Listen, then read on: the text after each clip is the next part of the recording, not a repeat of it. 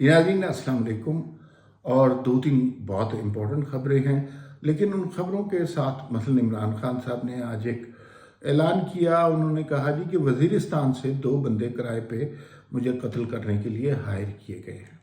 دوسرا، جناب جیل بھرو تحریک کے فارم ملنا شروع ہو گئے ہیں اور بڑے دلچسپ تبصرے ہو رہے ہیں سوشل میڈیا پر، اور کوئی چیز فیک ہے یا صحیح ہے اس کے بارے میں درست طور پر اب کہنا بہت مشکل ہو گیا ہے۔ جیسے کل میں نے ایک ٹویٹ پہ شیئر کیا کہ عمران خان نے کہا جی کہ یہ جو موجودہ صورتحال ہے اور پشاور میں جو دھماکہ ہوا ہے، یہ بم دھماکہ جو ہے ہوتا رہتا ہے اور اس سے کیا فرق پڑتا ہے الیکشن، وہ فیک تھا اور میں اس کے لیے معذرت چاہتا ہوں۔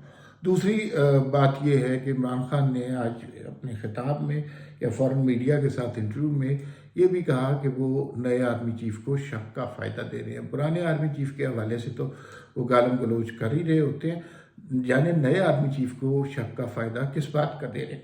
لیکن اس کے علاوہ بھی 2 خبریں ہیں اور وہ بہت تکلیف دہ خبریں۔ پہلی بات تو یہ ہے کہ ترکی میں جو زلزلہ آیا، ترکی اور شام میں، وہ جو ہے اس میں مرنے والوں کی تعداد بڑھتی جا رہی ہے۔ اور ہم نے یہ سنا کہ زلزلہ اسلام آباد میں آیا، لاہور میں آیا، کوئٹہ میں آیا۔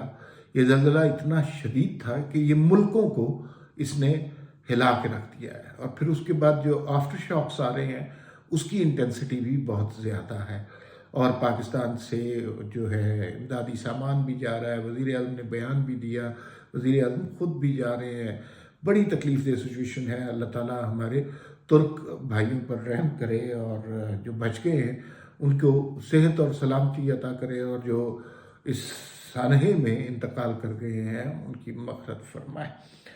مغفرت سے یاد آیا کہ آج پرویز مشرف صاحب کا جو ہے وہ نماز جنازہ پڑھی گئی، اور پھر اس کے بعد انہیں گارڈ آف آنر دیا گیا اور ان کی تدفین کی گئی۔ گارڈ آف آنر گھر میں ہی دیا گیا، اور ملیر کینٹ میں پراسرار طور پر، خفیہ طور پر ان کو دفن کر دیا گیا کہ بہت زیادہ اس کو نہ میڈیا میں خبر دی گئی، نہ کوئی زیادہ ہائپ کریٹ نہیں کی گئی، اور سرکاری فیونرل اس طرح کا نہیں ہوتا۔ تو یہ بہت بڑا نشان عبرت بن چکے ہیں۔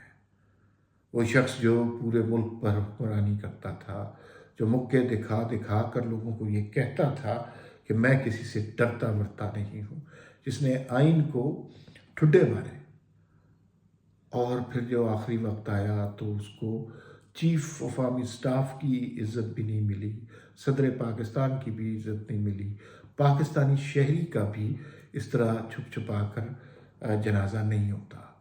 جنازے میں جن لوگوں نے شرکت کی ان کی تعداد بھی بہت کم تھی، اور چند درجن لوگ تھے، اور کوئی بڑا فیونرل نہیں ہوا۔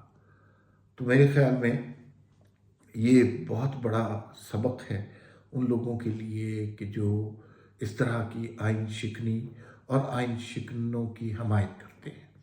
ابھی بھی میں دیکھتا ہوں کہ بہت سارے لوگ ہیں جنہیں جنرل مشرف کے جانے کا بہت غم ہے۔ ایک انسان کی حیثیت سے تو بات ٹھیک ہے، لیکن ایک آئین شکن کی حیثیت سے ان کی حیثیت تاریخ کی کتاب میں بہت کالک والی ہوگی۔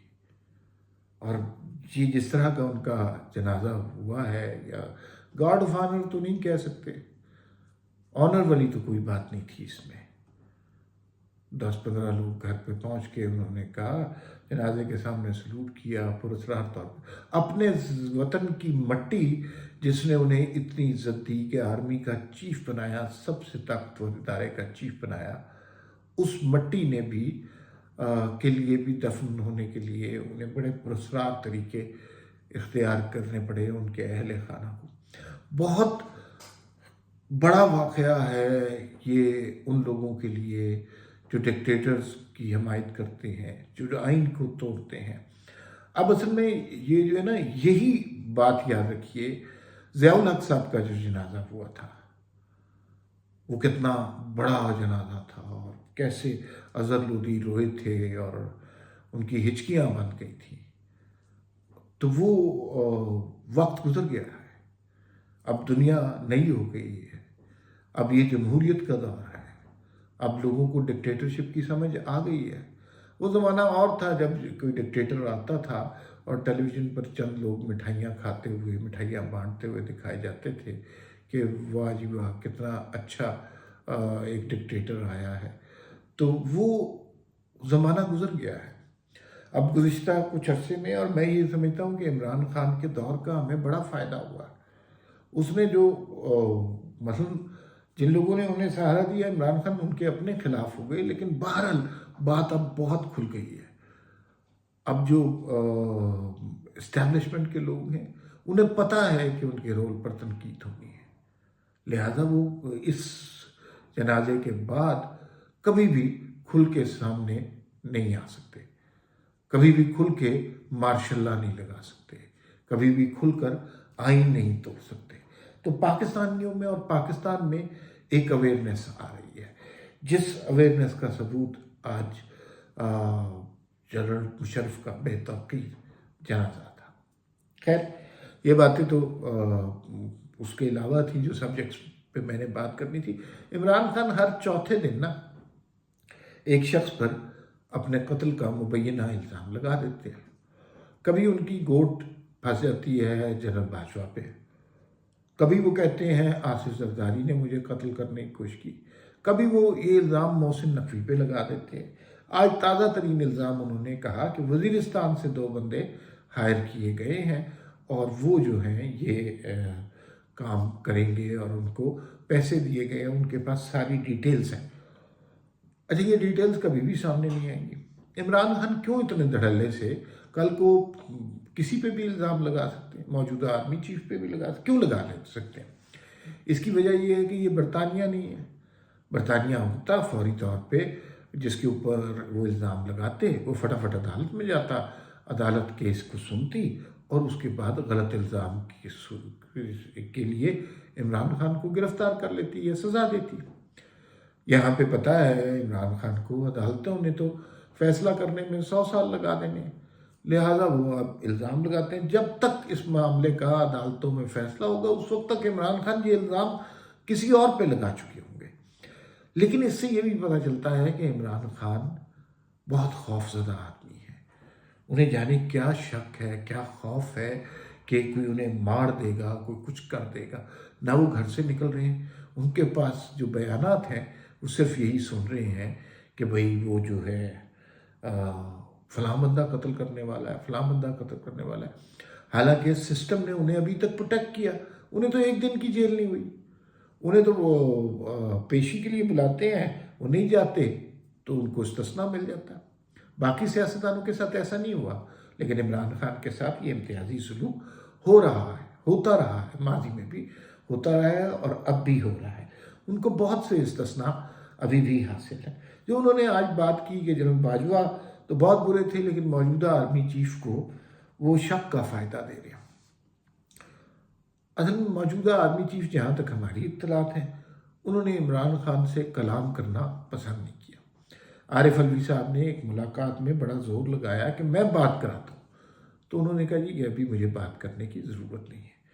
عمران خان خود بھی اس بات کا اقرار کر چکے ہیں کہ اسٹیبلشمنٹ سے ان کا کوئی رابطہ نہیں ہے۔ وہ کہتے ہیں کہ کسی زمانے میں بڑے بڑے جرنیل عمران خان کا فون سنا کرتے تھے، پھر یہ بات بریگیڈیئر تک آ گئی، پھر کرنل تک، اب میجر بھی ان کا فون نہیں اٹھاتے اور ہر طرح کے رابطے منقطع ہو گئے ہیں۔ اور عمران خان کو کہا ہے کہ آپ سیاست کی پٹڑی پر چڑھ جائیں، وہی آپ کی بچت ہے، اگر سیاسی پٹڑی پہ نہیں چڑھیں گے تو پھر جو مرضی کریں۔ لیکن اس معاملے میں المیہ یہ ہے کہ عمران خان جیل بھرو تحریک کا اعلان کر رہے ہیں، خود وہ گھر سے نکل نہیں رہے، ٹانگ پہ اب پلستر بھی نہیں چڑھا ہوا یا وہ جو سٹریپ سے بنا ہوتا تھا وہ بھی نہیں چڑھا ہوا، لوگوں کو کہہ رہے ہیں۔ ایک اب پتہ نہیں وہ ARY کی نیوز تھی یا میم تھی جس میں یہ کہا گیا کہ بھائی وہ جو ہے فواد چودھری کہہ رہے ہیں کہ پہلے کارکن جائیں گے پھر اس کے بعد مرکزی قیادت جائے گی، ابھی جانا درست نہیں ہے مرکزی قیادت کا۔ تو کارکن تو پاگل نہیں ہے، ابھی تک تو کسی کا ہم نے نہیں سنا کہ وہ جیل بھرو تحریک میں جس نے گرفتاری دے دی ہو۔ اور پھر اس کے بعد جو فارم اس کے بکنے شروع ہو گئے، لوگ سوشل میڈیا پہ فارم ڈال رہے ہیں کہ بھئی اگر کسی کو چاہیے تو یہ لے لے، فری ڈاؤن لوڈ کر لیں۔ تو کوئی نہیں ڈاؤن لوڈ کر رہا، کوئی نہیں گرفتاریاں دے رہا۔ جیل بھرو تحریک بنیادی طور پر عمران خان کے اس خوف کا نام ہے جسے گرفتاری کہتے ہیں۔ جو صالح ظفر صاحب نے ایک رپورٹ دی کہ ریکی شکی ہو گئی ہے، اس طرح کی خبروں سے یقیناً عمران خان تک پہنچ رہی ہوں گی، ان کے ذہن میں اور خوف بڑھنا ہوگا۔ اور جب آدمی اتنا خوف زدہ ہوتا ہے تو آدمی غلطیاں کرتا ہے، اور اب عمران خان غلطیاں مزید کریں گے۔ جیسے آج وزیرستان کے لوگوں والی بات کی، اس محسن نقوی والی بات کی، پھر آصف زرداری والی بات کی۔ بھئی اگر آپ ان کے سپورٹر ہیں، اور یقیناً عمران خان کے سپورٹر ہوں گے لوگ، تو پھر آپ کو تو اب ہنسی آنا شروع ہو جائے گی نا۔ اب عمران خان کے موقف کی تائید نہیں کر سکتے، آپ اس پہ صرف ہنس سکتے ہیں کہ بھئی اگر آپ نے سوشل میڈیا پر آپ کا کام گالیاں دینا ہے تو سمجھ نہیں آتی ہوگی کہ محسن نقوی کو دینا ہے، آصف زرداری کو گالیاں دینی ہے، یا پھر وزیرستان کے ان دو لوگوں کو دینی ہے۔ عمران خان خود بہت کنفیوز ہیں اور اپنے لوگوں کو بھی کنفیوز کر رہے ہیں۔ فی الوقت اتنا ہی، پھر ملاقات ہوگی۔ اللہ حافظ۔